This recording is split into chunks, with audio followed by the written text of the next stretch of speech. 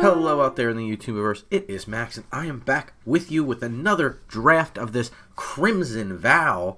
Well, it's another draft if you follow us on our Twitch, twitch.tv/superliminalfilms. We are there every Sunday for the Sunday night super stream, where we are playing some Arena Limited, some other Arena good stuff, of course, depending on who's there. So we are getting into a traditional draft, so this is going to be best of 3 classic Magic, if you will.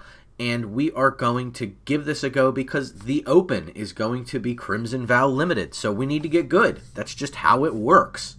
So we need to do this. That's how it works. So I'm going to wait for a draft queue to fill. I am going to pull up 17 lands to make sure I'm not crazy. If you're not familiar with 17 lands, it pulls data from Arena and it gives you statistics. So you can look at certain things, which is a pretty cool little piece of information to have for this particular tool, especially if you want to get better at draft. It helps to just be able to keep an eye on this.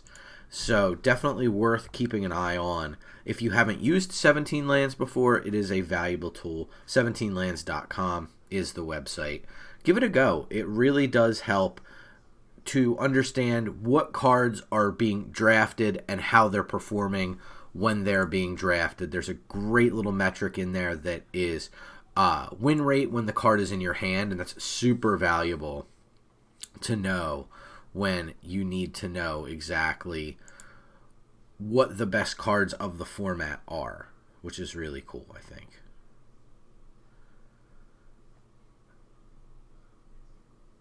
Yeah, we're seeing some of the top. Toxrill at the top of this list.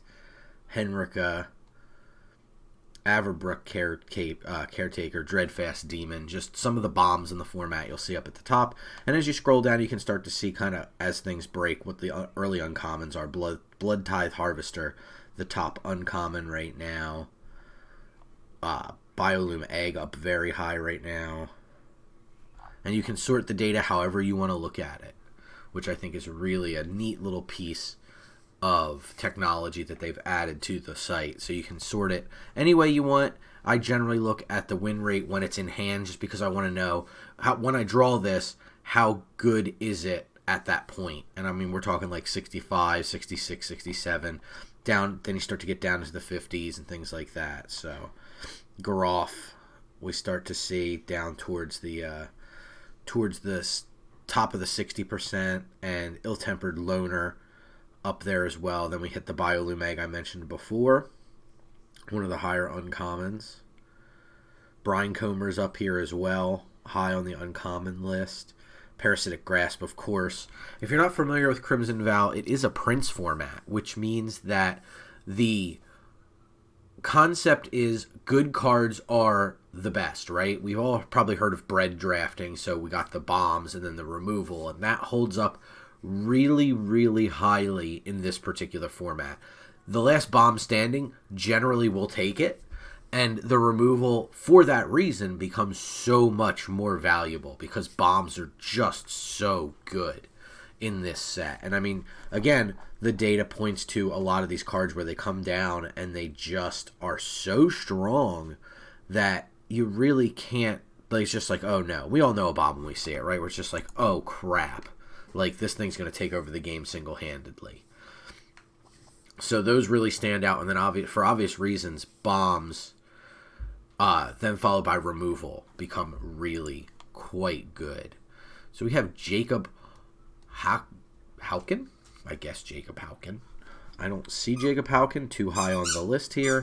We got Ellie in here with a new toy who's playing loudly for everybody. Apologize for the squeaking. See her on the live stream, feed her a treat.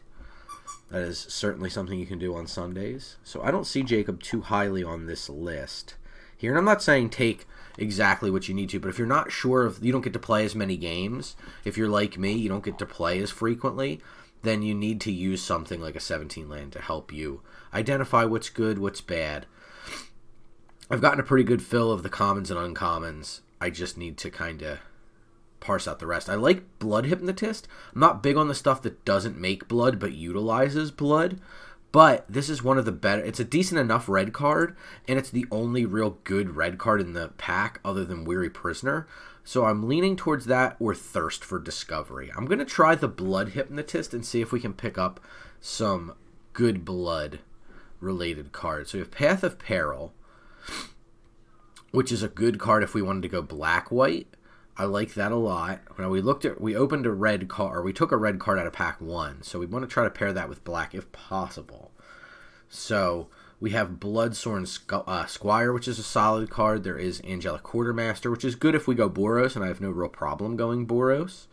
We have a Blood Servitor down here if we really want to go there. Fearful Villager is alright, like it's a decent enough card. It doesn't go great with our Blood Hypnotist, but it's okay. Blood Hypnotist is a good beater. It's a 3/3 for 3. It can't block, but it attacks really well. So having another beater and the 3-drop is good. If we wanted to try to force spells, we could take the Angelic Anger. But I kind of just like the Squire. It can just be another pretty good beater, 3/3 for 4. And we'll see what's open. If black's not open, we get out of it. If red's not open, we get out of it. Not a big deal. It's no problem whatsoever. We'll kind of navigate the draft the best we can. I see a Dormant Grove here, which is really a solid card. If you're not familiar with this, it can get quite gnarly. Just distributing 1/1 counters at the beginning of combat for free. So I think that's probably far and away the best card in the pack. Desperate Farmer is solid as well. If we wanted to try to stick to black and try to cut that, I'm not opposed to it. Fierce Retribution is a very solid removal spell, and we talked about removal as the queue is filling, how good that is. So there's a lot of good options here. I'm leaning towards the Grove and seeing what in the world of red, green, and black is open. So we'll see what in the Jund we can do to try to win some games here. I see a Socialite, another good blood producer for us, which goes well with the original Hypnotist pick. Red looks to be drying up a little bit. I see a Wolf Strike, which is definitely one of the best green commons. So I see also a Weaver of Blossoms, which I've come to like a lot in the green decks. So it's between the Socialite and the Wolf Strike. I'm leaning towards the Socialite because this cuts black. Green tends to be open because it's considered the weakest color in the set. So I'm going to take the Socialite because I do believe that we can try to cut black a little bit from our opponents. I see an Evolving Wilds here that's open. Blue looks relatively open. Nothing great. I think Siphon Essence may be the best blue card that's available for us here. I see a Rot Tide Gargantua, which is alright. And we need to be careful of one thing, and that is our curve. We have to make sure that our curve is alright. Right now we're on a chonky curve, so we need to be aware of that as the draft proceeds. We can't... 4-drops are a dime a dozen, so we need to be careful to not overfill our deck on things like 4-drops. Like we see a Skulking Killer here, which is a really solid card, but something like a Blood Fountain is even better. If we go green-black, this gives us the ability to grind. If we play red-black, this gives us blood on the cheap. I really like it. I like the Doom Dissenter as well. I like the Whispering Wizard a lot, and this is probably a pretty big signal that blue may be open. So it may be worth speccing on that particular card, but Blood Fountain has really impressed me, more than I thought it would when I originally saw it. So we're going to take that and try to stay in this Jund, I guess, shard here and try to eke out a deck. I see a Weaver of Blossoms. I see an Apprentice Sharpshooter. Sharpshooter's really impressed me as well. Blossoms is really good, especially if we end up in this chunky kind of deck, which it's looking to go that way. A late Repository Scob as well, worth noting for blue. But it's between the Sharpshooter and the Blossoms. I'm going to take the Blossoms just because if we do end up a base green, we have the ability to splash, which is one of the positives of being green. Here's a Desperate Farmer. It's a nice late one here for us. I like that. Daybreak Combatants isn't bad either, but I do like the Farmer. If we were more aggro, I'd say the Combatants is good, but we don't even have a 2-drop yet. So the odds of us going aggro seem fairly low. Looks like our pod mate to the left is having a little bit of problems. Could be connection issues, could just be analyzation problems.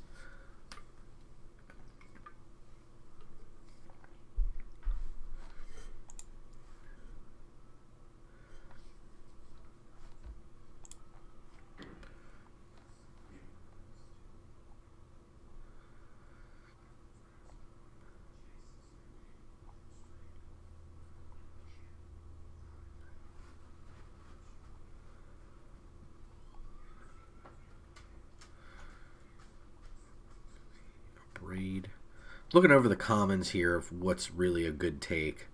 And I'm seeing, of course, Flame Blessed Bolt and the Braid being much higher than a lot of other things. Very late Skull Scob. Nature's Embrace is fine. Again, helps us color fix if we want to go into many color green.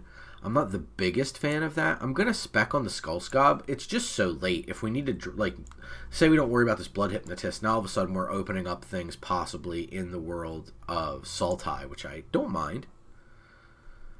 Cradle of Safety here is pretty good. Toxic Scorpion's okay. Rural Recruit is fine. They're all fine. Blood Servitor may be the better take of everything here. It's a fine enough creature, but maybe we want the 2-drop. I'm going to take the Scorpion just because we're kind of in dire need of a 2-drop. I see a Millipede, and again, high drops are good, but they're fun. Like, we see them a lot. This works really well with our Blood Fountain. It's a good grindy card. Sporeback Wolf isn't bad.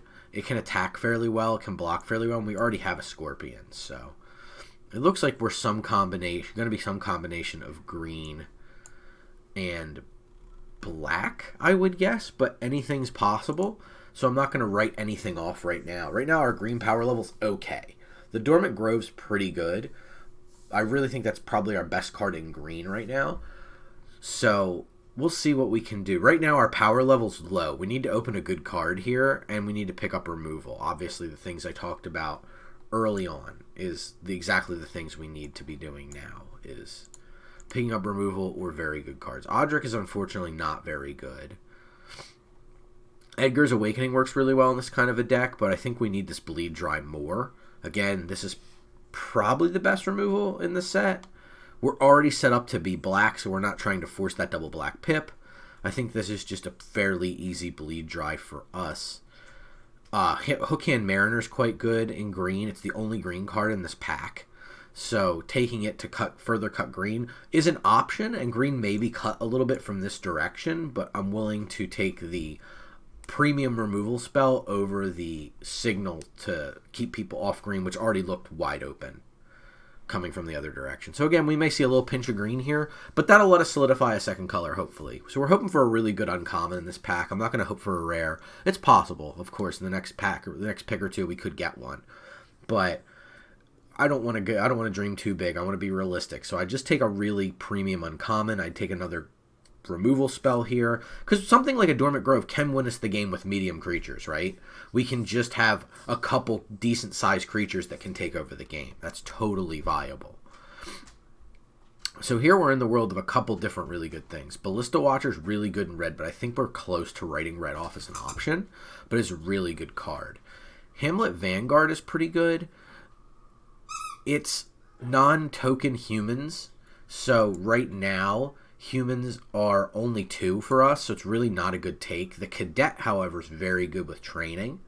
It draws us cards, it keeps things moving for us. I don't see any removal spells in the pack right now.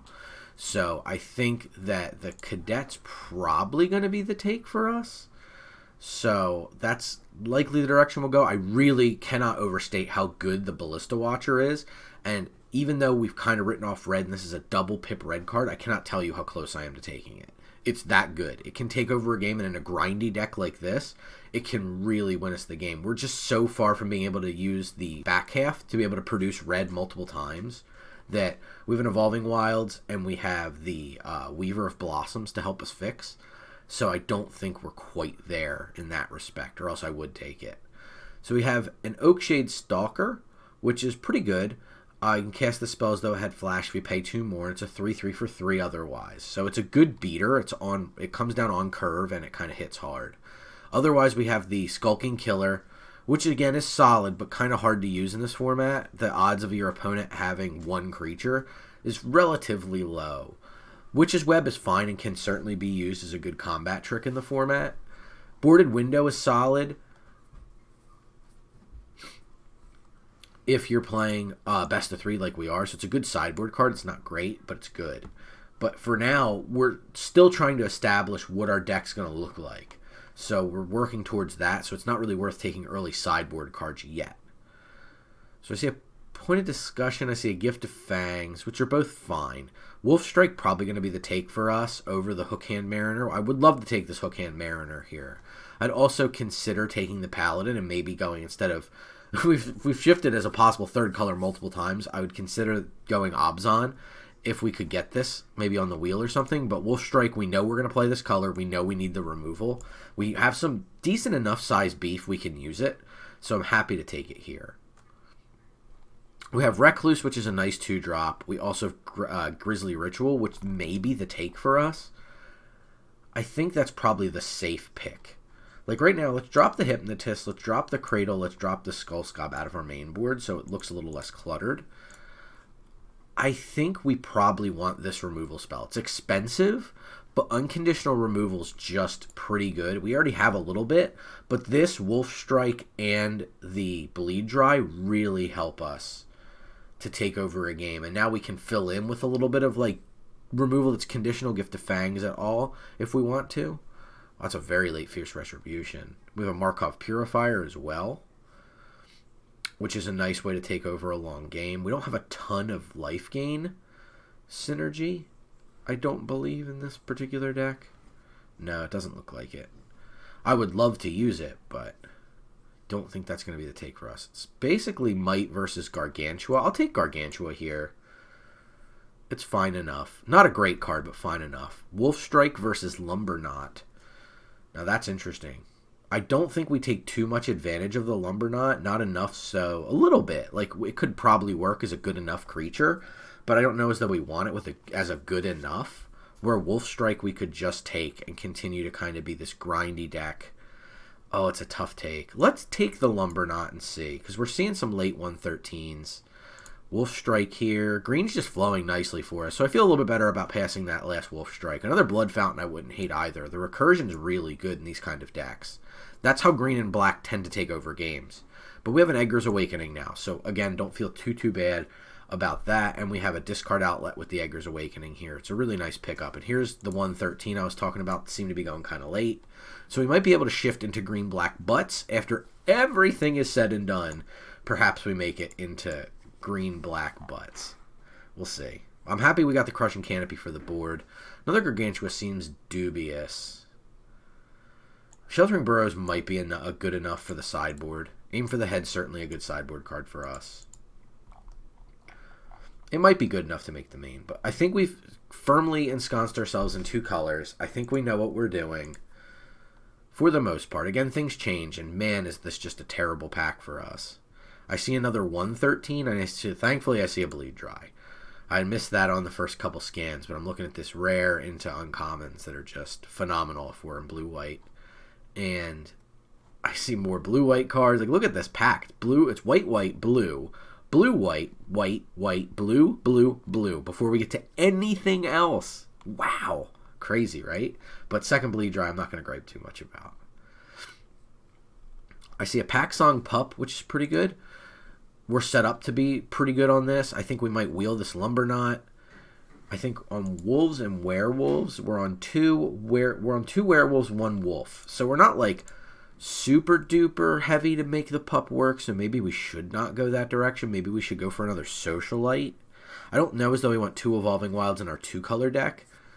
Could take another Lumberknot to seal it up. This could wheel. The last one we got picked basically $1 million. But the pup's just not that good. I guess this is really hard, actually.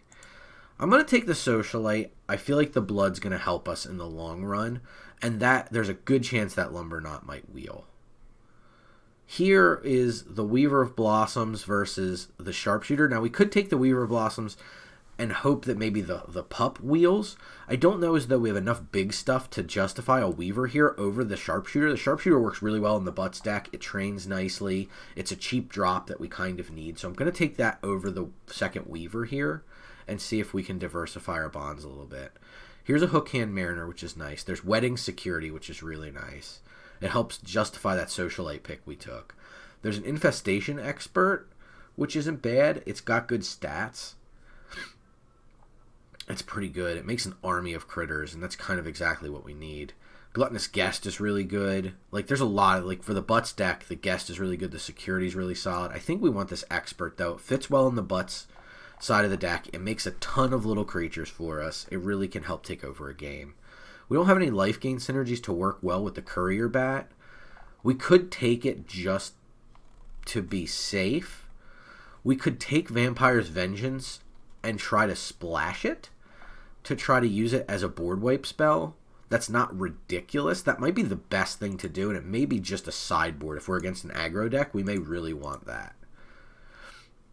That might be a good take for the side. We already have an Edgar's Awakening. Undying Malice isn't generally a card I want to be playing in these kind of decks. So I think we'll take the Millipede. We look to be going for a bit of a go big strategy, and that works really well for us. Super late Wolf Strike. Another Phalanx. I don't think we want that. I think we'll take the next Wolf Strike. That gives us 3 Wolf Strikes, which is not a terrible place for us to be. There's a Vampire's Kiss, which isn't terrible. There's a Massive Might, which is a nice trick, but I don't think we're in the market for a trick. I'm going to take the Kiss, just in case I feel like we need more blood after seeing the deck play. It's a good blood generator, right? Like, it generates 2 blood tokens for 2 mana. It's a really good rate. Nobody's in blue-white at this table. We're going to take Phalanx. I don't know as though we play second Phalanx in the main, but I'm happy to have another one for the side in a game where we have to go bigger. So I think this next one's the Lumberknot pack, if I'm not mistaken. So this is, or it was either that last one or this one. So we did not get it, but I'm going to take this Nature's Embrace in case we feel like we do need to splash. I think that's going to really help us out a lot and give us some flexibility going into our sideboard. And again, these are things you really want to think about when you're doing traditional draft, is what can you do after game 1? Because you may need to change your deck around quite a lot in order to get through game 2. I'm looking over the deck now to see what we need to cut. We don't need many cuts, but we do need to cut something. Here's not much for us. We're going to take the do we want the monstrosity? We'll take Fear of Death. That could help us in a game where we feel like we need to bring in blue, and it could slow the opponent down. Just looking over what we have here. We don't have... The Mulgraf Millipede might be a little bit dubious, though this does look like a grindy deck. 15 creatures as it sits right now. We don't want to go too low on creatures because we want our Wolf Strikes to work really well.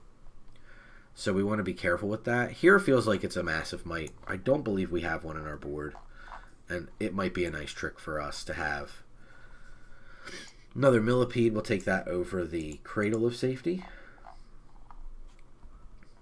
This may be an 18-land deck. And the thing about Crimson Vow is you kind of want to play land heavy, especially if you have blood, because you can cycle through the useless lands. We already have an Evolving Wilds, and that helps a lot. So this may be an 18-land deck for us. We have to look at how much blood we're generating is really the pivotal part of this. Is how much blood are we actually going to generate, and how are we going to take advantage of it? Like, we can bring in a lot of blood, so I think that there's a good shot we may be an 18-land deck. We'll take a look and see. Sort it out by creatures and take a look at what we got. We don't have anything huge. We surprisingly have no 6-drops, so that may be like Grizzly Ritual or Soul 6-drop, so that may change my opinion on the 18-land conundrum, and we may just go 17-land. We just got to figure out what we're going to drop here. Deck looks fairly solid. Lumberknot looks a touch out of place. We'll see how it plays, I think. I think it's worth specking on. It doesn't... It's not a non-bow with anything except for the Harvester, it looks like. I don't think it costs us any... There's no cost to him coming into the deck outside of that one card. Nope, that and the Rot Tide. The Rot Tide may be a little dubious in this deck to begin with. But having opponents sack a creature, but we have 2 Bleed Dry, 3 Wolf Strike, and a Ritual. We have 6 removal spells. We probably don't need this card, is my thought process here. Let's drop that. We'll see how the deck performs. We really don't need to do much. We don't need to fiddle with the lands. So, easy deck build for us, as long as we didn't screw up in drafting too badly. So we'll see how it goes. I don't know. I'm really on the fence with this deck. Green-black is not my favorite color combination in this set. I liked it more in when you could go like green-black base and then splash a color or two in Midnight Hunt, but we'll see what I can do with it. Maybe I can pull something out. If I can pull a 2-win out with this, I won't be dissatisfied with it, but we want to try to maximize what we can. We'll see if we're able to do that, maximize our value over a long game. That's really what the aim of the game with this particular deck is. Hopefully we can do that. 2 land, we have a wolf, a scorpion, into Weaver. It's a very keepable hand. So happy with that. I would have loved a couple of the 6/6s for 6 that gain you life. Didn't see any of those. At least not at a point where we were considering green.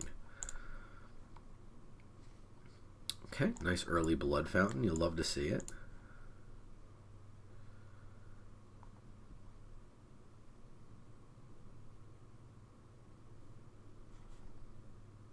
Blade training, understood. I think we'll go ahead and just wolf here. Happy to have the 3rd land so we can get our Weaver down next turn. And again, this is what blood is so good for. We're sitting on a blood, so if we overdraw on our land, we can get rid of it. Nice and easy. I like to see it.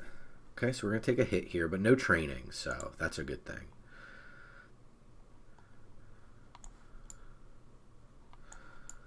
Play out. Do we want to consider a block next turn?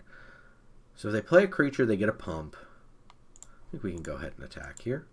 We want to get in our points where we can. I don't think we're going to use the wolf to block.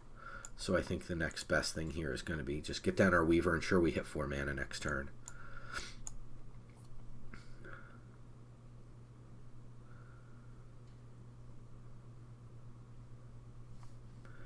We'll see how the opponent would like to proceed.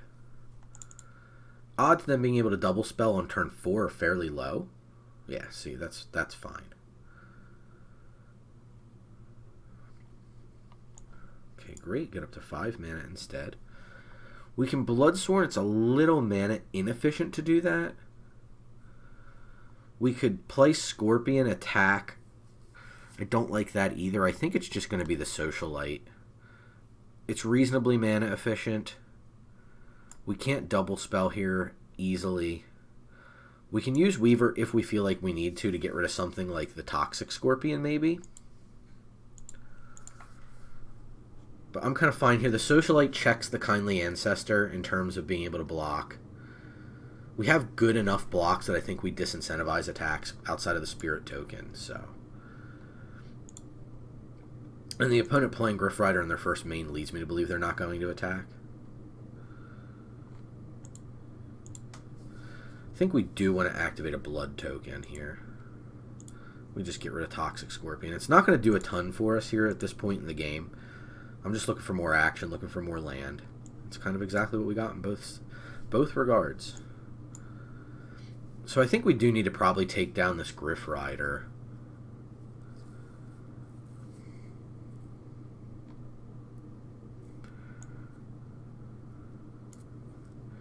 We can attack with the Socialite. It opens them up to double blocks. If they go down that road, we get to use Wolf Strike to just rip them apart. Socialite is the card holding back their attacks, however.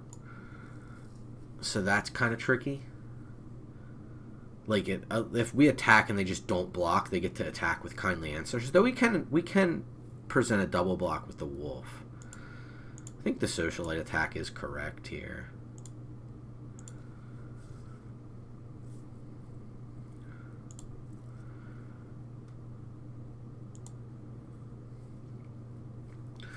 We have the Wolf Strike up now. We have the Werewolf that flipped. So there's a lot of benefit to not attacking there. Turning it to Knight's quite nice for us. The 3/4 disincentivizes the attacks pretty nicely.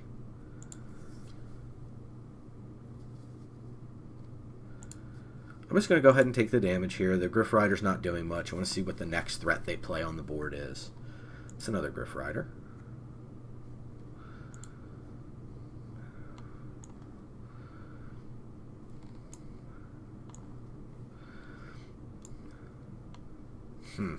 Just thinking about how I want to proceed here.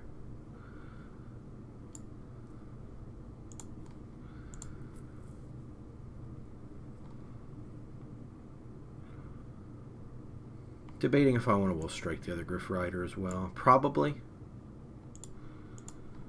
Just take down their Air Force at the end of turn here. try to press our advantage.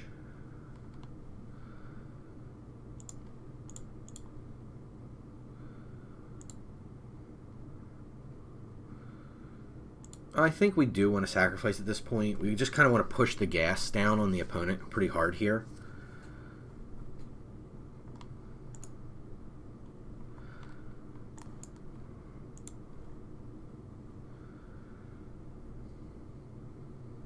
I think we'll hold the land for now. We don't have any 6-drops, we know that, so. And right now we're not going to be able to double spell. We have 1 creature in the graveyard for Blood Fountain at this point. An opponent going to have a tough time trying to push through. Yeah, they're just attacking with Spirits. Really good for us. Oh, wow. Yeah, that was really good too. A little mana inefficient, but still very good for us.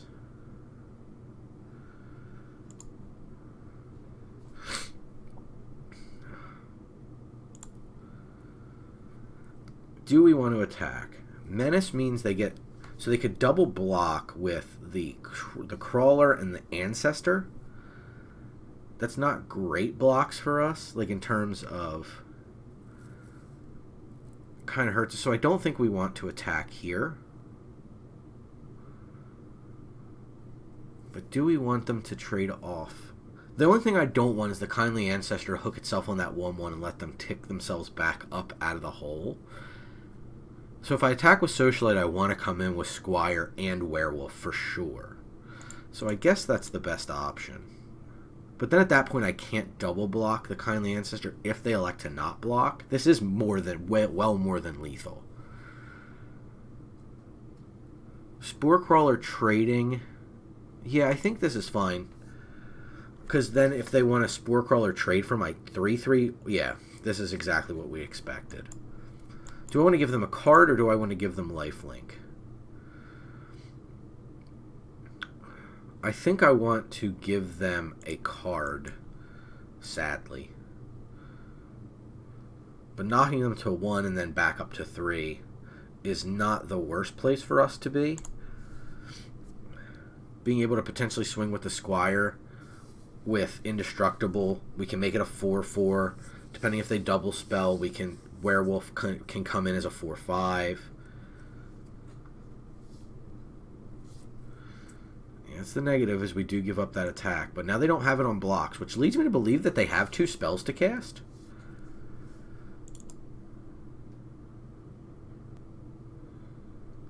Wolf Strike. Okay, that's bad. Not the worst. It's bad, but it's not the worst.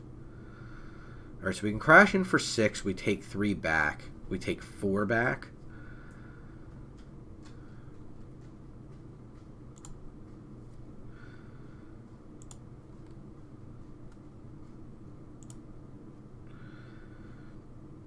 Do we want to attack with more than just 1 creature? No, I think we're good here. We can attack. We can attack with just 1 creature. Again, this helps disincentivize attacks. We can now activate the Squire if need be. Yeah, see, they just get to chip in here. That's really good. That's not very good.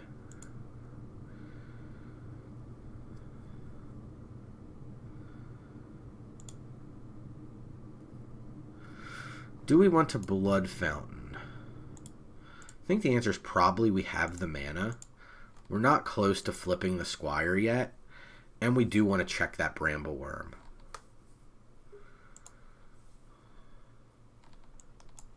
Okay.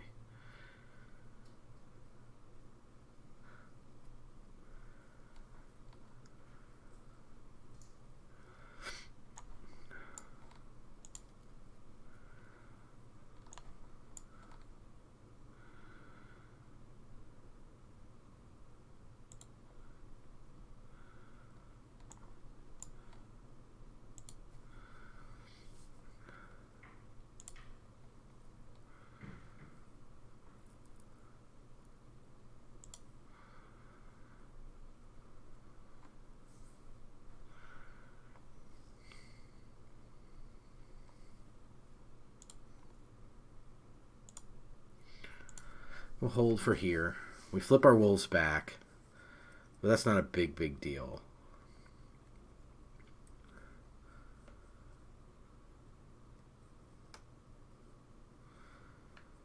Just 1/1 comes in. I mean, perhaps they failed the reach test. Okay. Wolf Strike's nice.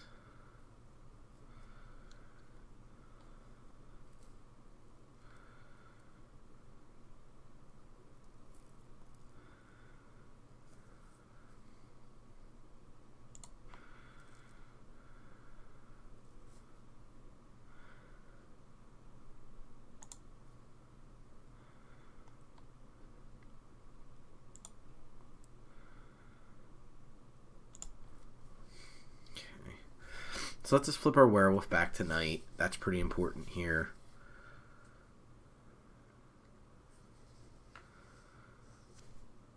Their attacks are kind of non-existent. Really?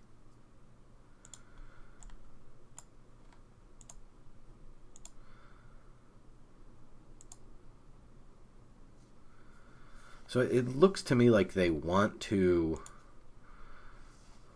put the Geist on the Brambleworm.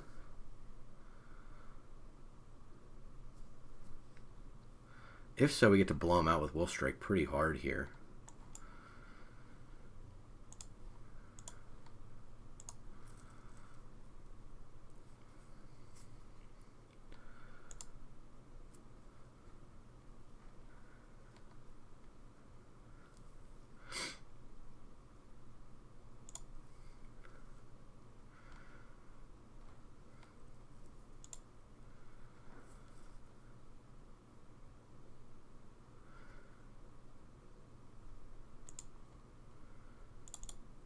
Okay, we're going to attack with everything. We have a flash blocker in our hand. What we're trying not to do is present the opponent with a ton. Really?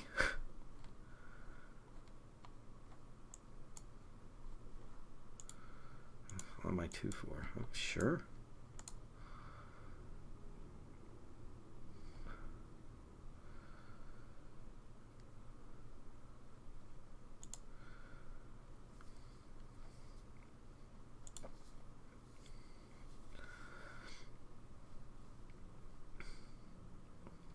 Okay, they go up to 7.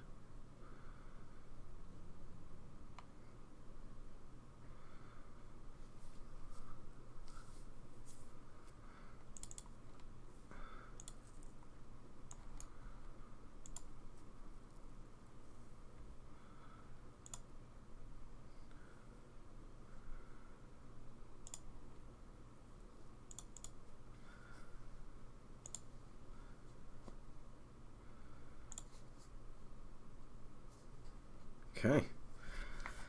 A little dicey there in the middle of the game, but I think overall we managed to maximize when we could. I think we gave up a little bit there. That one attack was a little bit questionable. So opponent's on 1,000,000 creatures. Green-white, 1,000,000 creatures. I don't think that going a third color is going to help us too much. The Gargantua is probably not too bad on these big boards. And creatures that are just big feel pretty good. Aim for the Head might be really nice in this matchup. We didn't see any zombies, but attacking their hand might be really good in the mid game. Combat Trick seems okay. I really think the only thing we want is the Gargantua, because I think we just want more removal against the deck that is all creatures. From there, I think we just want to get rid of a fairly medium-looking creature, potentially, or something that just doesn't do a whole lot for us. Could be the Millipede. Millipede can be big, though, late game. But we didn't see a ton of creatures in our yard because we're pretty good at getting them back. Maybe it feels like it's the Millipede or the Sporeback Wolf. The Wolf is yeah, Wolf looked kind of shabby that game. I'm not going to lie. I can't believe they double blocked it on that one combat. It's really strange.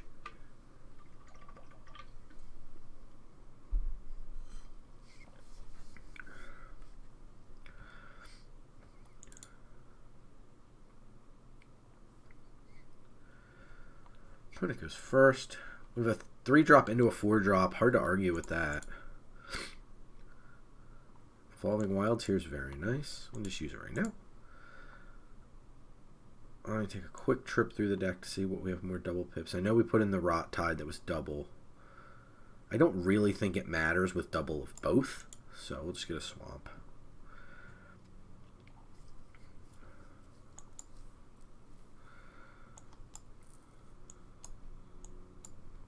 And you can see this is exactly the kind of match, right? The first commitment of the opponent's going to be a 3-drop. We're going to play a 3-drop.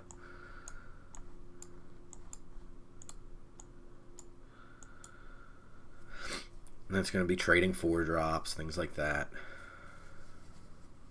It's an aggressive attack. Leads me to believe they have better than the 3/3 to block with here. Whenever a human you control dies, draw a card. Whenever a creature you control with a 1/1 counter on it dies, you gain 2 life. That's a really bizarre follow-up into that attack.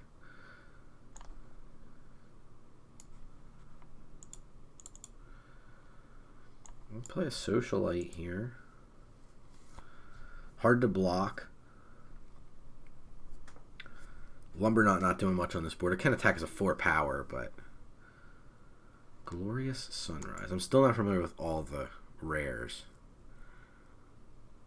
Target land gains add 3. Draw a card. If you control a creature with power 3, you gain 3 life. Opponent's still on the attack, hoping that 3 life can kind of keep him in the game. Seems unlikely to me.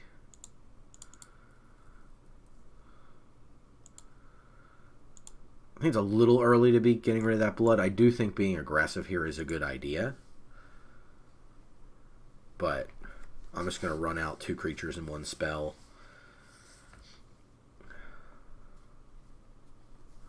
I'm going to double spell here. Draw a card makes the most sense for sure.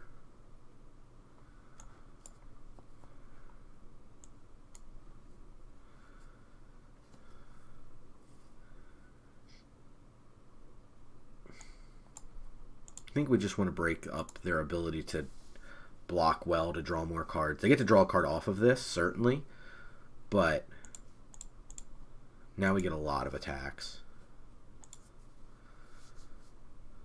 I think we will sack blood here. The odds of us needing 3 blood, and again, this is pressure on the opponent, which is very valuable. Yeah, you can see how much the opponent is respecting the pressure we're putting on them here. So they're going to have a lot of cards. What we're trying to do in this situation is we're trying to make it... Whoa, okay. All right, so the goal was there to try to make it so the opponent just busting out the rares, apparently. We're trying to make our role in the matchup pre the board wipe spell is to make it so the opponent can't cast all the cards they're drawing, right? That's the goal for us. So we're going to push blood, and we're going to get a card out of it. We're going to push this forest. We're going to use the blood fountain to get rid of some... Okay. You got it, opponent. Opponent may not have a lot of gas in their hand. It seems odd because they've been drawing so many cards, right? That they wouldn't have that. Like, they're going to draw a card here. And they're going to get a card off their Spore Crawler if they choose to.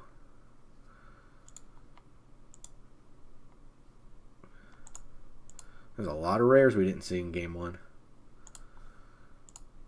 As you can see, the power of blood here is just allowing us to spit through land. We'll get to spit through another as well.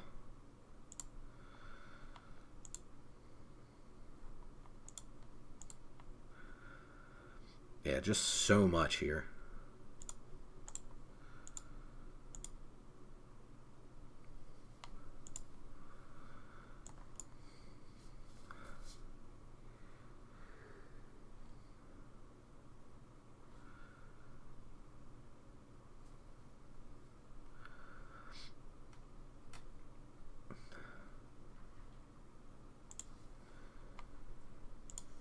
I think we'll get back the expert. It's the most creatures we can get back. Theoretically, the Socialite is attractive because it's equally as bizarre in terms of the menace, making it hard on the opponent. Flourishing Hunter was the card I was hoping we got more of in the draft section. Opponent really outvaluing us. That removal spell there, the mass board wipe, was very good for them.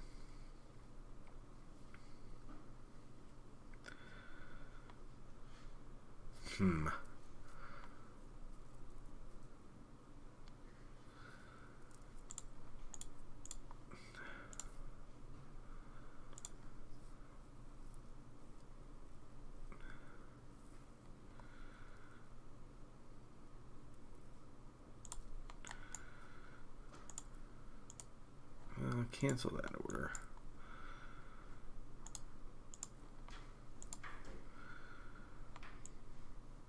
Ah, that's on me. That's a pretty severe punt.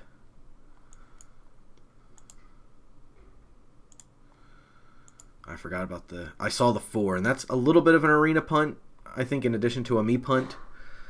But we go 3 for 2.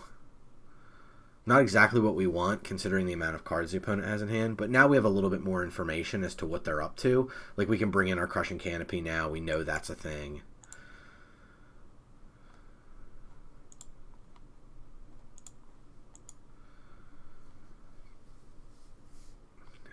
Right. Opponent gets to crack back here for a little bit. They can gain more life. Oh, they're going to go big. Makes sense. We just aren't going to be able to keep up with the advantage the opponent was able to gain in that game. Really cool. A whole different deck, it looked like, that time than what we saw in Game 1. So we have a lot of information now on the opponent. And this is why best of one's always a little rough, right? Like, that opponent, we wouldn't have put them on any of that stuff in Game 1.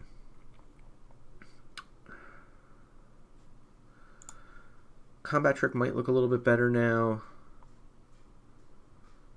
Debating on if we want the 113. I don't think so. So what do we have here? I do think Gargantua potentially might be a little weaker now. We saw a lot of kind of crappy cards out of the opponent that game, so their creatures look pretty middling. So I don't think we need the Gargantua quite as badly as I initially thought. What we need to do is maximize our value, I think. That's why Witch's Web's here. I just don't know if we can afford to bring anything else out. Yeah, I don't think so. I think we'll just go ahead and do that Crushing Canopy swap. I think that's the best method here, because we know the opponent's got good cards now that are non-creatures. We haven't seen a ton of flyers, but a few small ones. The advantage of being on the play, 2-drop and a 3-drop plus removal spell is great. See if opponent keeps, and they do.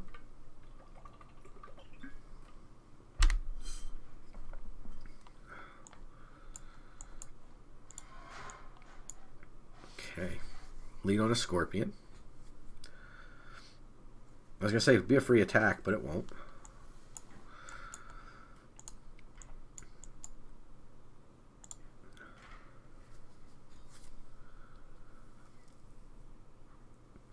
Okay, and a Spore Crawler.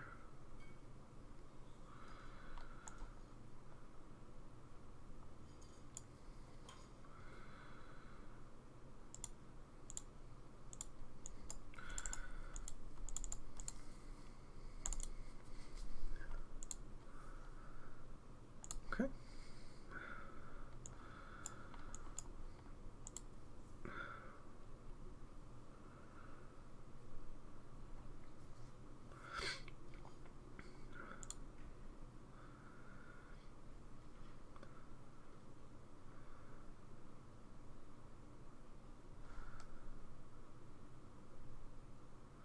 Huh. Okay.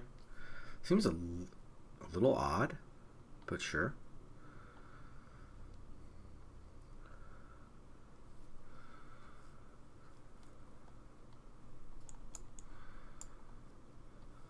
Maybe they just really didn't want the Infestation Expert to flip.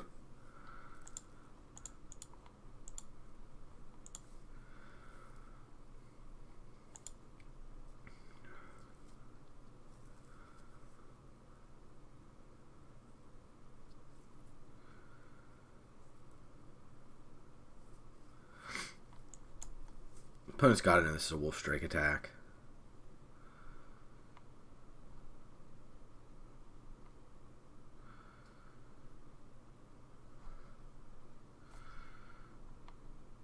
Interesting.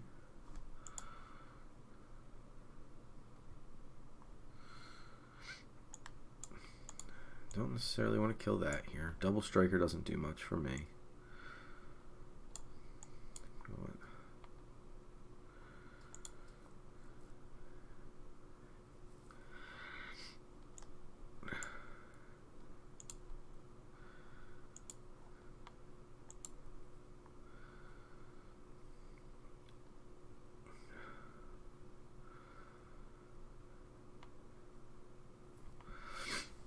Okay.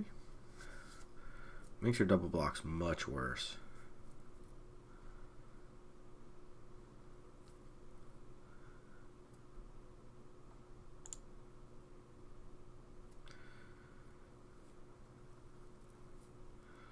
Interesting.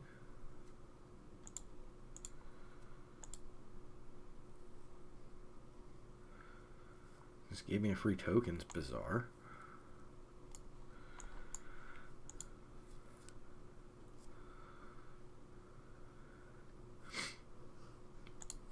Probably end up using the alternate on Edgar's Awakening here.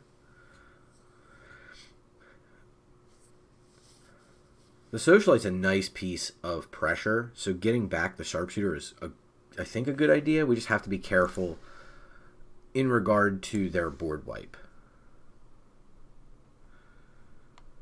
Yeah, I don't think we need it right this second.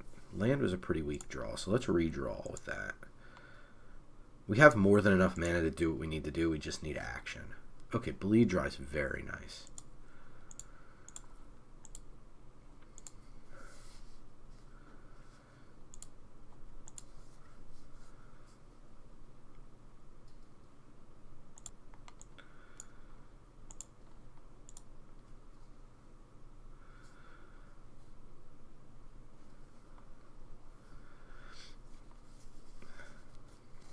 And what we're getting to do is just run the opponent down on board.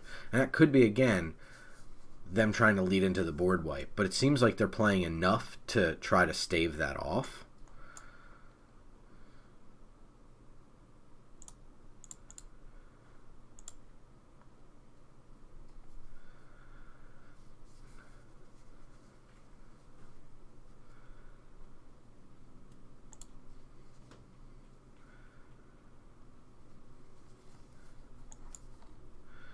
Just going to try to just generate as much value as I can off of this Infestation Expert. Try to push back what we can. Okay.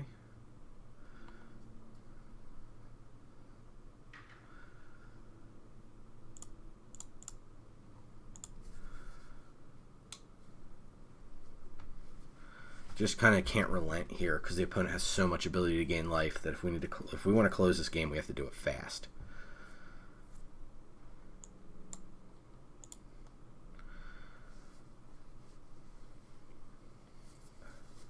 I'm not going to commit the Millipede here. If they board wipe, we're going to send one more creature to the graveyard. It makes the Millipede bigger and harder to deal with.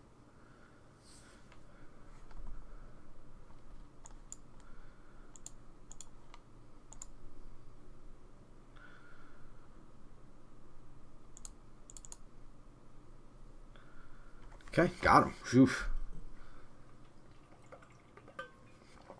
That deck was nuts. There was so much value going on there. Holy crap. We were able to push by it. I think we did a nice job there. We were able to evaluate what our role was in the game, and we were able to take advantage of a little bit of a stumble the opponent had in game 3.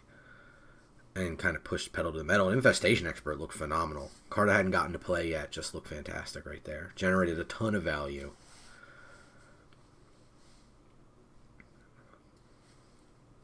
That game too, holy crap. Rare enchantment into a board wipe. Whew, okay. We'll go on the play. This is fine enough. We have the Scorpion we can play. Just as always, hoping to draw land. Land's a good draw.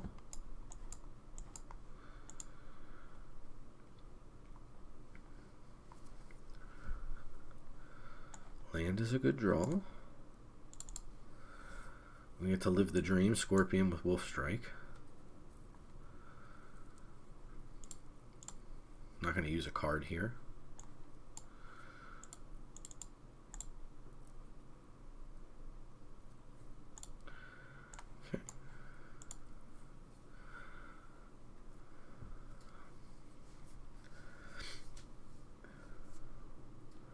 Put blue-green to Rural Recruit.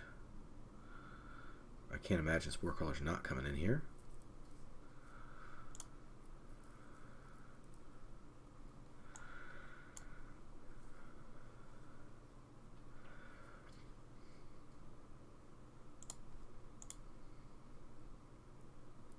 So they don't block. Then they get to attack. We play Phalanx. I think that's fine.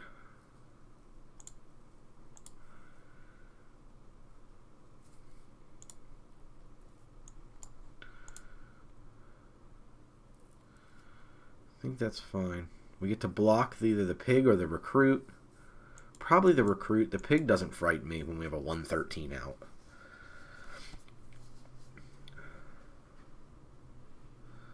Maybe they have a Wolf Strike here for our Scorpion. Lunar Rejection. That's kind of fine. We're taking a lot of damage here, but that's just a big tempo play. Ooh, there's some information. Like, that's a tempo play that's fine, but it's not like anything that's going to kill us in the immediate.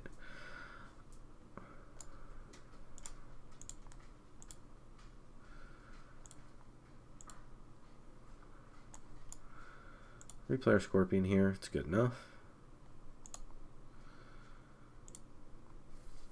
We still have Wolf Strike. We have Bleed Dry. We're in good shape here. Opponent's got 6 mana up. We just got to be aware of counter magic. But our blocks look pretty solid on this board. Pig gets checked very easily by the Phalanx.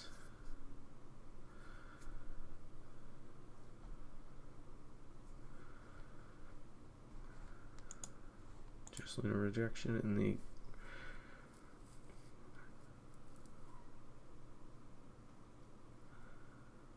don't think we want to be using our blood even for Edgar's Awakening at this point. We can get some value off of it too. Ripsaw is very good. That equips for 3.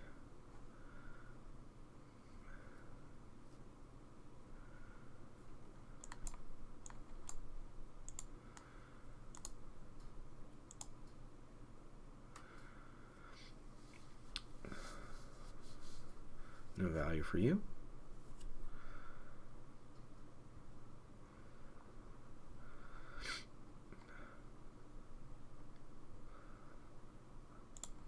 Social Light Attack's still good.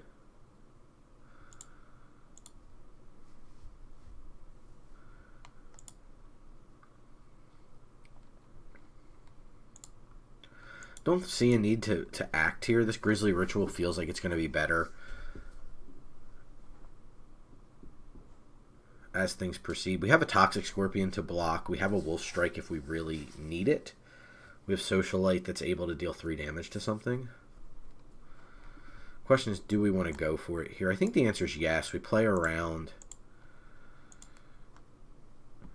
Syncopate.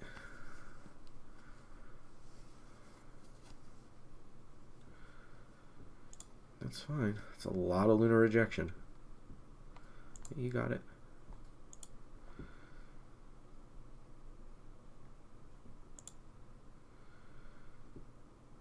Probably going to go for the trample here.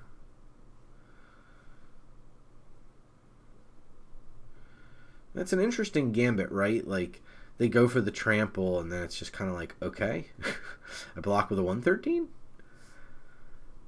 Like, my 113 is causing them all kinds of problems.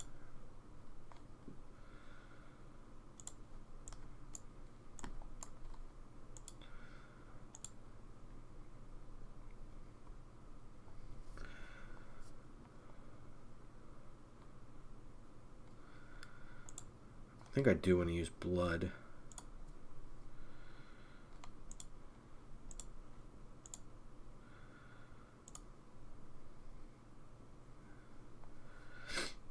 Okay, cool.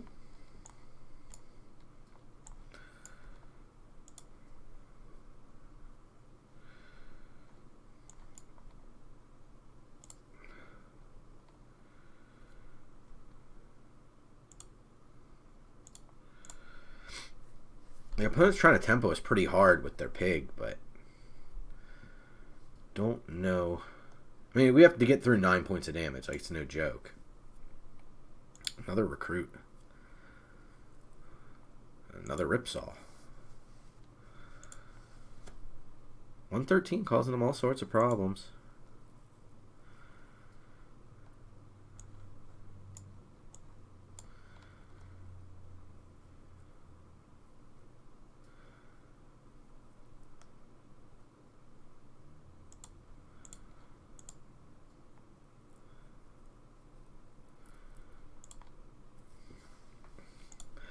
So the reason I sack the blood here is because they can't just attack with the 2 for free, right? Like they have to put 2 blocks on.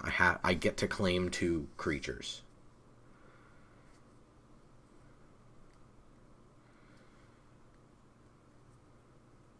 Yeah, see, like this is pretty good for me.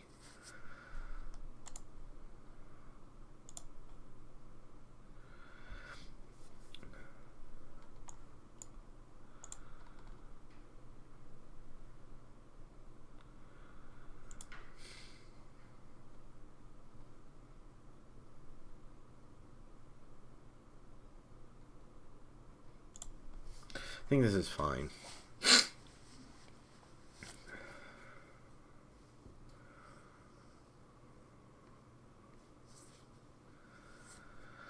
Scob good. That's the reason we wanted to hold that Grizzly Ritual.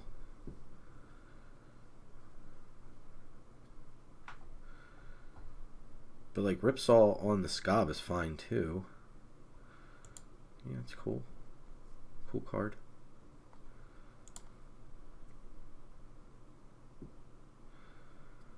It certainly can attack.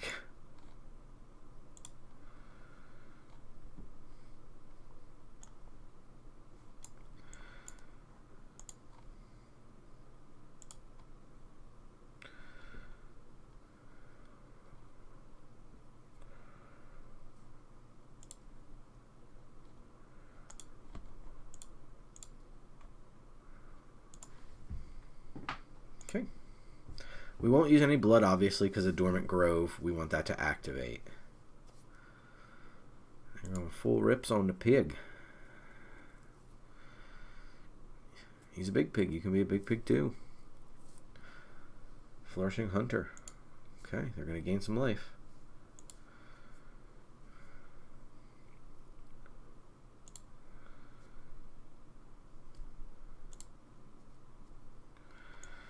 Play out our Grove.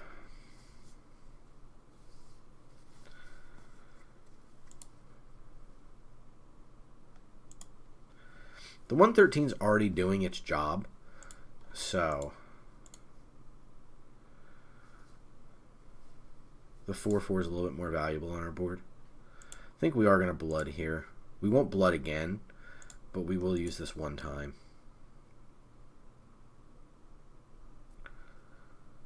Okay, we'll play Sporeback Wolf.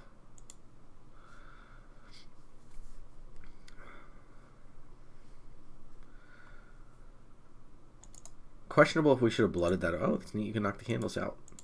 Questionable if we should have blooded that away or not, but I think any creature on this board is valuable.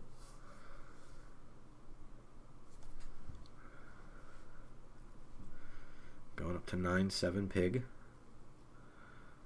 9/7 Death Touch pig. Okay. So, if you're not familiar with this interaction of Death Touch and Trample, does this have Trample? Okay, it does not. So if you're not familiar with this interaction of Death Touch and Trample, they only have to assign 1 damage to the creature that's blocking. Then they get to assign the rest to us.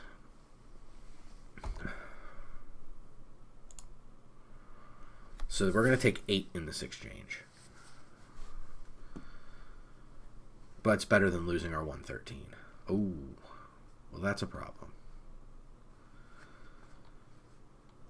Okay. Okay.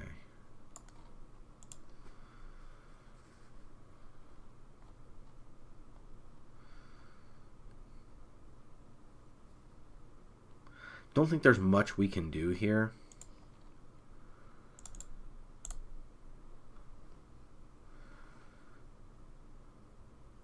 That's the closest we could get. That's alright. That Dream Shackle, guys, was really nice for them. Okay, so opponent is blue-green tempo. And again, a lot of creatures. So we can Cradle, like, we could go to blue, right, to bring in Cradle of Safety or something like that to try to fight on that axis. I don't think we necessarily want to do that. The 113s look great against their creatures. The Gargantua, they have a lot of double creatures, but we're able to get them. Aim for the Head might be good as well, because we can get cards out of their hand, and that's a good place for us to fight on that axis. Again, Sporeback Wolf looked a little sketchy. I don't think that's exactly the card we want for this particular fight.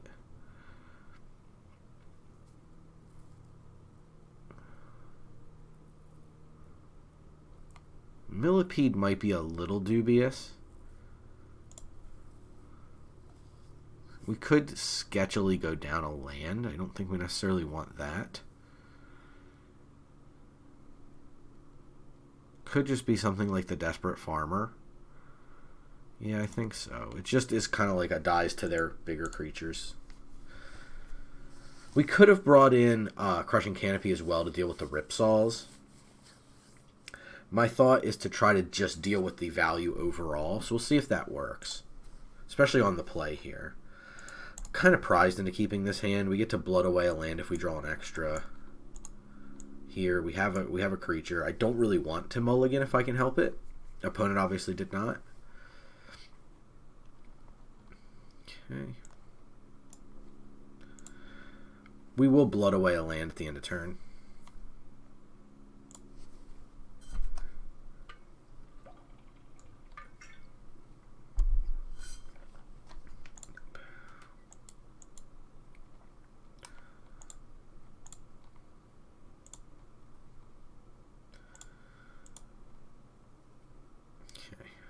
Good, we're down to land. Never going to complain about it. Mono 4 drops is a little bummy. Statue.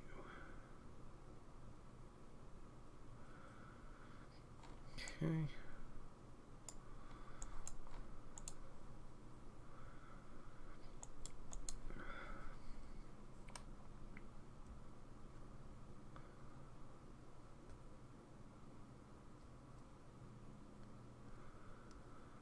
Recruit.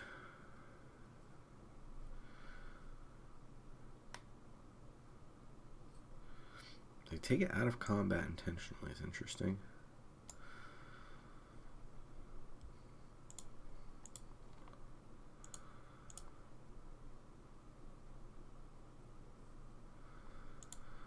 Okay, sounds good.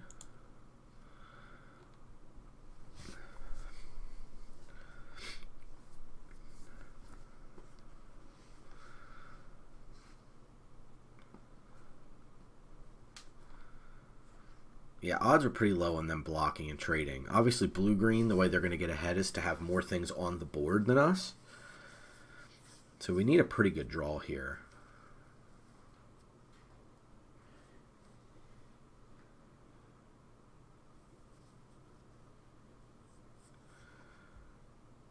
Okay.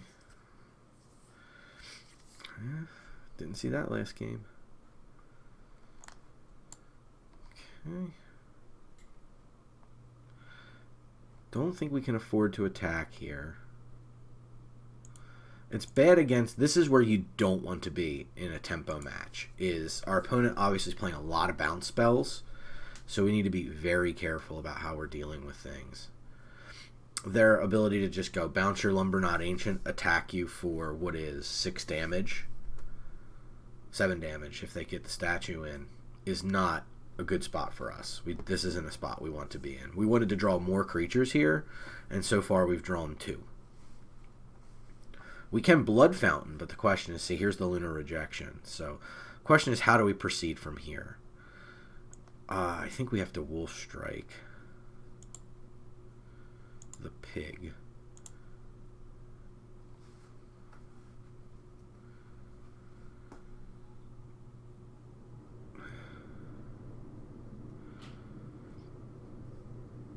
So this turn we get hit for 3, we get to recast the Lumber Knot. But again, you can kind of see the problem is our mana gets tied up.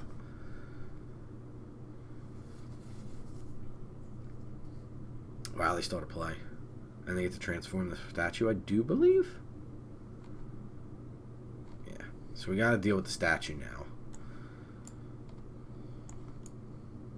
We got to do that while they're tapped out. Means we can't recast our lumber knot, unfortunately. We're keeping the damage to a minimum, but this is the problem, is every card they add to the board is just such a higher incremental value for them. Them using blood here is nice, and getting rid of a Flourishing Hunter means they're hurting for... Never mind. I take back everything I said.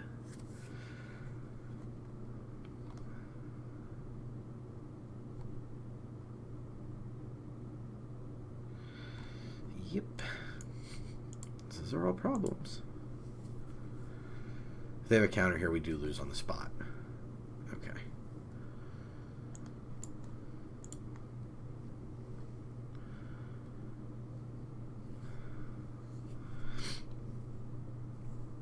We're fighting the good fight, but I don't know how much longer we can stay in this one. Yeah, Ripsaul's the next problem we have to fight through.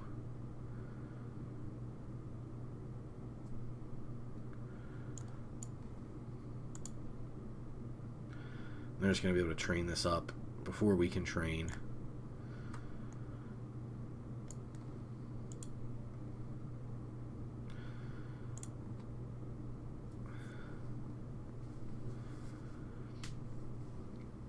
So you can just get rid of the Scorpion easy enough. Okay, they're going to keep the Death Toucher.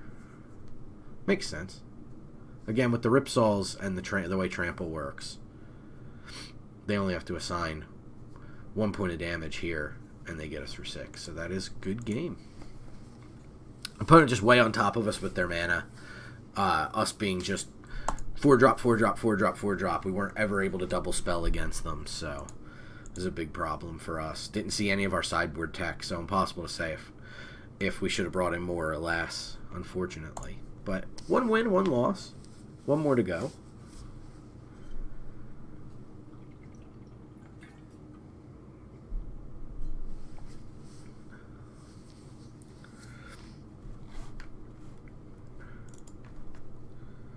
But two creature-based decks, 2 kind of distinctly different decks. And you can kind of see, again, the best resource wins, right? Like the best resource remaining wins. This hand is unfortunately a mulligan for us. Opponent's going first, so we can kind of dig our way out of it a little bit. But that's pretty rough. Oof, this is another pretty rough one. Goof. I think we're putting back Wolf Strike. I don't think we can afford to put back a land when our first play is a 5-drop. Kick it back to the opponent. Another green-white opponent. Okay. And they're on with a 2-drop, so that's a problem for us.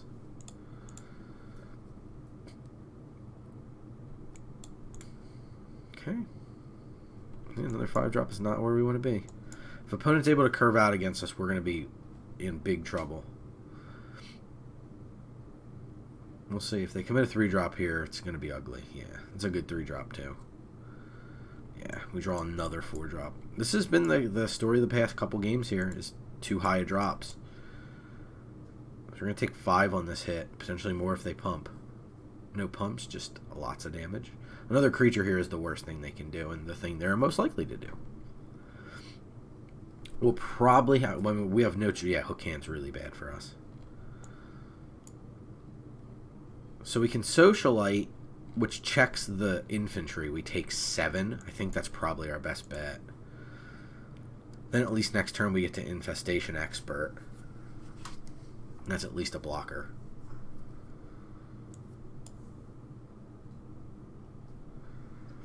I'm going to search a library for a mountain. Okay, that can't be good for us. That feels like an Abrade. Sure Strike? Really? I guess. I mean, they're going to use it eventually. Adamant Will. Okay. Alright, that's bad.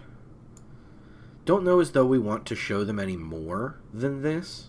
Is the spot we're in now. We can't produce anything. We can kill the 4/4 and take 5. Puts us to 1. And if they have anything else, I think we just concede here and don't show them anything else. We've shown them 1 common, so we do have a little bit of value in that regard. So opponents just curve green-white, it looks like. So we need to just be aware of what we need. And that is making sure we don't die to early aggression. And again, this is kind of negative for us because we don't gain a ton of information either.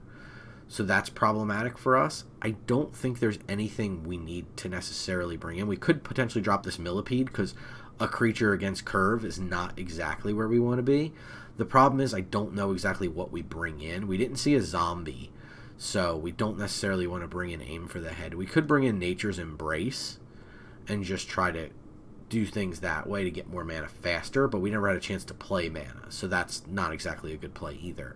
We don't have the ability to aim for the head too easily.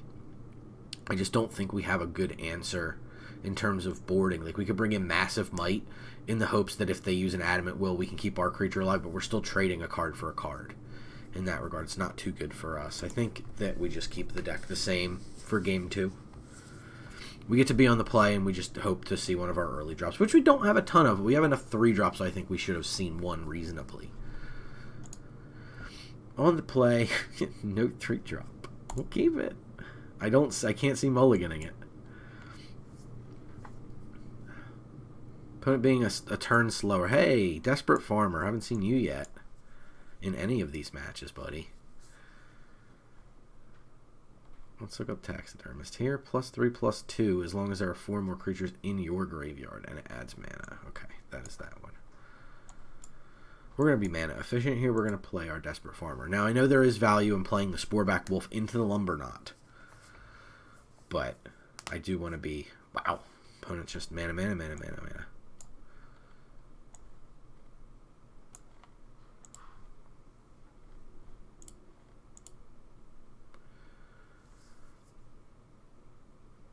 Nice. We do see the Farmer the game. We see the Lumberknot, which is pretty good. Grove is bad for us. Not horrible. We have the Bleed Dry, but it's not good for us either. Okay. So there's an aggressive line we can take here, and I am going to take it, and that is Bleeding Dry one of the mana creatures. The reason I say it's aggressive, but I'm going to take it, is because opponent did not play a land, and they're using their creatures solely to produce their mana. So this is going to put pressure on them in a different way. The Phalanx obviously pressures them the most, but if they can't get creatures down, playing that Phalanx next turn is equally as pressuring. Like, they can't use the Taxidermist if they want it as a blocker, but they still need to commit other creatures to the board, so... This is definitely the most aggressive line we can take, but if the opponent stumbles, this is the kind of thing I think we need to be picking up on. That's definitely a roadblock for us. Not the worst roadblock, but it's definitely a roadblock for us.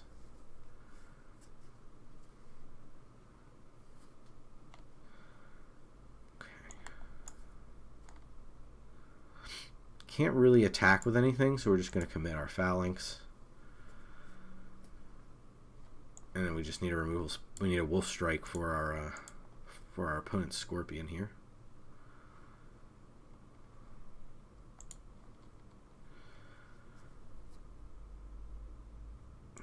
Can't really attack. We need something to break the stalemate, so anything but land is good for us. I think any spell helps add to the board. Opponent's got like some tough blocks to make if they want to make them. Wolf Strike was exactly what we wanted.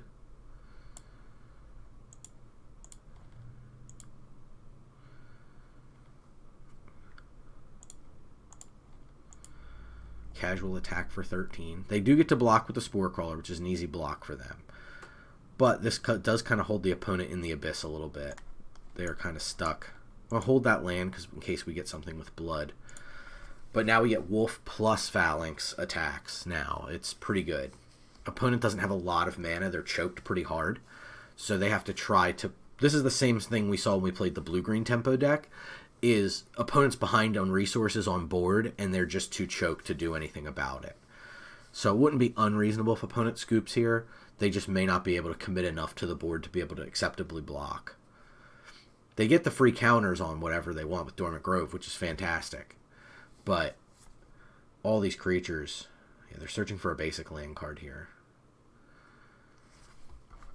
So they again search for the mountain. So that mountain feels like it's a splash. We're in here for a splash. But they still need to commit something else to the board. They have a Griff Rider, so that gives them 2 blockers. But this is still rough.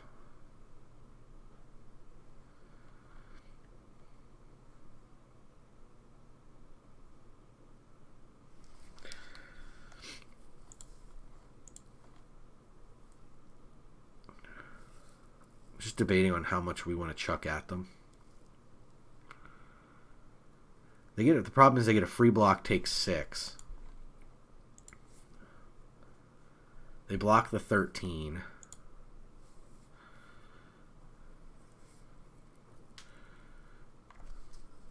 Like, this holding them in the abyss is nice, but we need to be able to do something to overcome, because opponent's going to get more mana, and now they're going to be able to commit legitimate spells to the board. So we need to be able to overcome. Opponents mark this 1 plains. That's interesting. That could be something they're thinking about taking out. So they mark that plains as a different style in case they drew it when it could have been something else. Just playing 1 creature here is not bad for us. The fact it can be a 4/4 is kind of bad for us. It means, again, we can't really attack with Wolves and Lumbernauts. But if we draw a removal spell, we're in good shape. Okay, what do we have in the graveyard? Nothing great, but we do generate cheap blood here, which I will accept.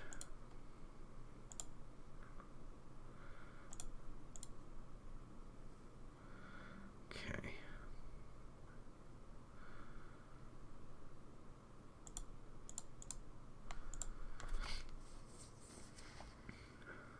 They have to block 13. They have to block a 4.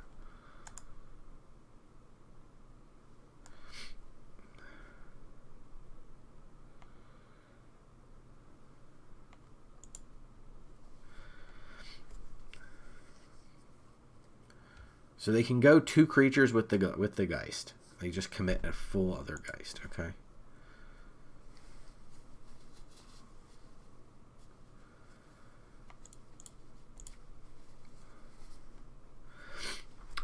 Bleed Dry would be our best draw, I do believe. So they're going to flip their other creature.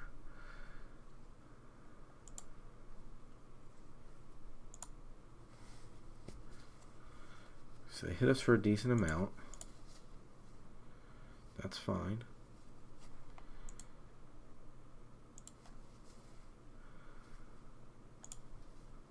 Yep. Don't know if we're going to get out of this one. Just drawing too short on playables. Opponent's going to be able to kind of take over with the Flyers now, unfortunately.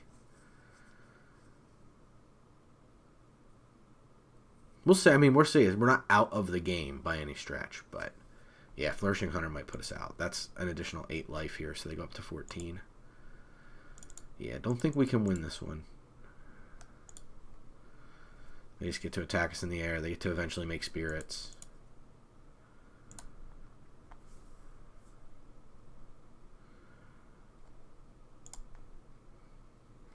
Socialite's a card. Generates a blood, lets us continue to search. I mean, we're not totally out of this game. We're just, odds are so low we win this game now.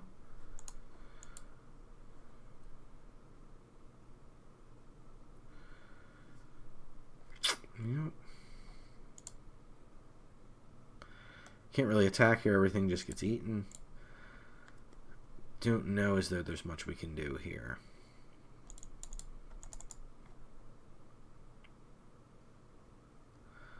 Yowzer, another Dormant Grove. So they get to put a counter on the Geist.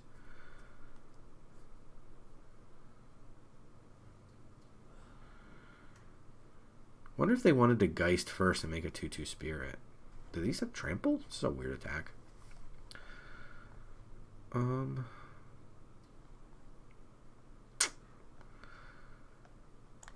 an easy block here.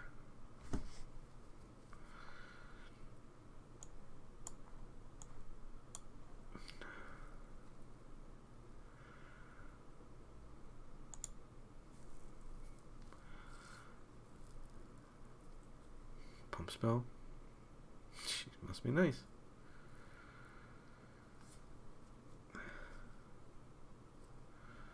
Wolf Strike. Can't really Wolf Strike anything here. Yeah, we're out of this one, unfortunately. We can get back Lumberknot and Socialite. Takes 4 of our mana, recast Socialite, have a 3/3, and we just have that same big attack again with an additional 3/6.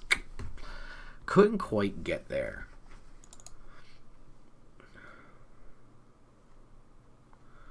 Okay, we'll claim our prize. So I think story of the deck, and I'll bring it up while we kind of touch on the ending here. I think story of the deck is we were missing the big thing you need in this format, and I talked about it in the very beginning, which is a bomb. And I don't want to lean on the facts like we didn't have the good cards. We had some good synergy, right? We had the Lumberknot, we had some butts, we had some cool stuff, and when it worked together well, it worked together very well. The thing we were missing is something really big to go over the top. We didn't have any Flourishing Hunters. We didn't have any, obviously, super bomby bombs. We had a good amount of removal, but as you can see with these formats, is if you get buried a little bit, you need so much removal because some of the cards can just be so good. So that's really, I think, the key is what we ended up missing was just quality of card, right? This really good card and these nice big finishers. So I think if we had a couple finishers, we would have been in really good shape. Like drop the Millipede and put in something a little bit stronger like a Flourishing Hunter. Dropped something like the Cloak Cadet and maybe add something else that was a bit bigger, maybe one of the Brambleworms or something, or goodness forbid, maybe a very good card, maybe a Toxrill or something. Obviously, we could do a lot better, but I think as it sits, the deck was really missing out on power level. I think in terms of curve, in terms of ability to interact and synergize, I think we did pretty good. I think we were able to do what Green-Black does fairly well. But in a Prince format, you need princely cards, and I don't think we had a lot of those. I don't think we gave up on anything, and I think we found a good lane in the draft. But I just think that overall we didn't see anything that was phenomenal and not enough to really eke out those wins. So that will do it for this one. Thank you so much for hanging out. We do appreciate it. We are here every Thursday on YouTube. We are out every Sunday night at 8 o'clock on our Twitch channel, twitch.tv/superliminalfilms. So go over there. If you like this, give us the thumb, give us the sub. You know the deal. I'm not going to bore you with it. Anyway, until next time, please, please, please cast more spells. Try to make them good ones.